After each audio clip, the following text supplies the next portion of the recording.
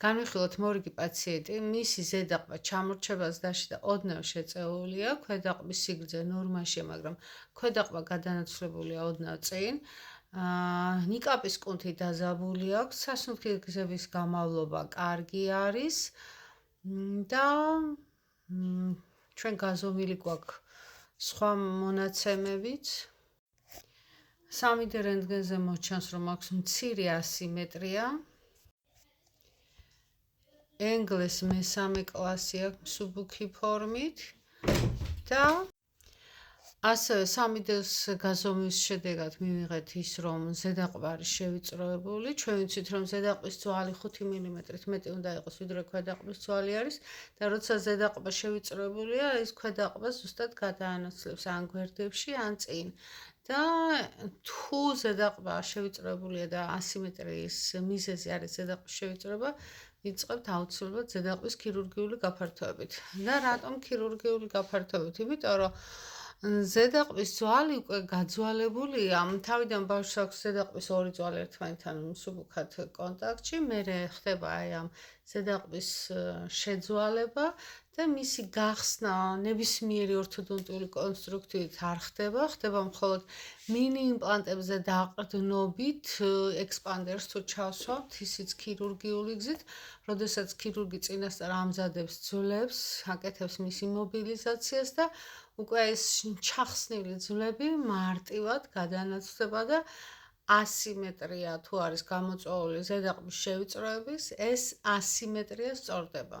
ოღონდ არ სწორდება ყველაფერი. ზოგ პაციენტს აქვს წარმოდგენა, რომ ეს ყველა ძვალი, ყველა სტრუქტურა სწორდება. არა.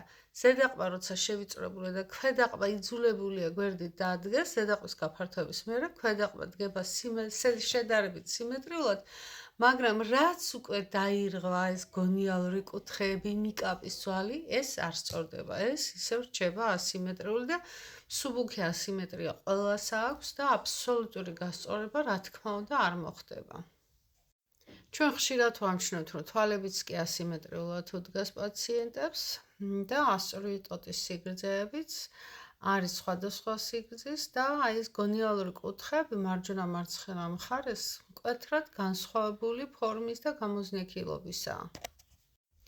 ამ პაციენტის მკურნალობის გეგმა იყო ასეთი: ზედაყბის ქირურგიული გაფართოება, ბრეკეტ სისტემით კბილების დგომის გასწორება.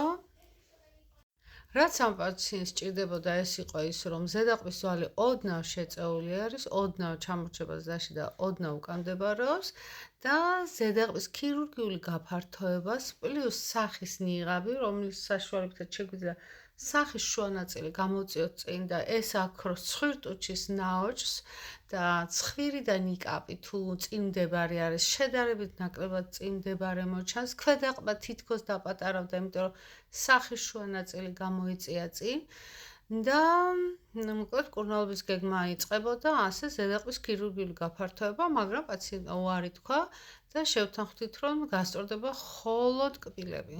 სახის ჩარჩო იგივე იქნება, არ შეიცვლება და შეიძლება გასწორების დროს ზედა ფრონტალური კბილები ოდნავ წინ გამოიწიოს, ანუ ჩვენ შეგვიძლია ნორმიდან ოდნავ გადავხაროთ წინ კბილები, ისე რომ არ დავაზიანოთ კორტიკალური ფირფიტა და ეს იქნება ორთოდონტიული კამუფლიაჟი, როცა ჩვენ ვქმნით ილუზიას, თითქოს გავასწორეთ ყველაფერი, მაგრამ სახის ძვლების სტრუქტურა იგივე დარჩება, ზედაყბა ისევ იქნება პატარა და პროფილი იქნება ოდნავ შეზნექილი, ქვედაყბა ოდნავ წინ მდებარე და აი ეს კუნთის დაძაბულობა არ მოიხსნება, დარჩება იგივე.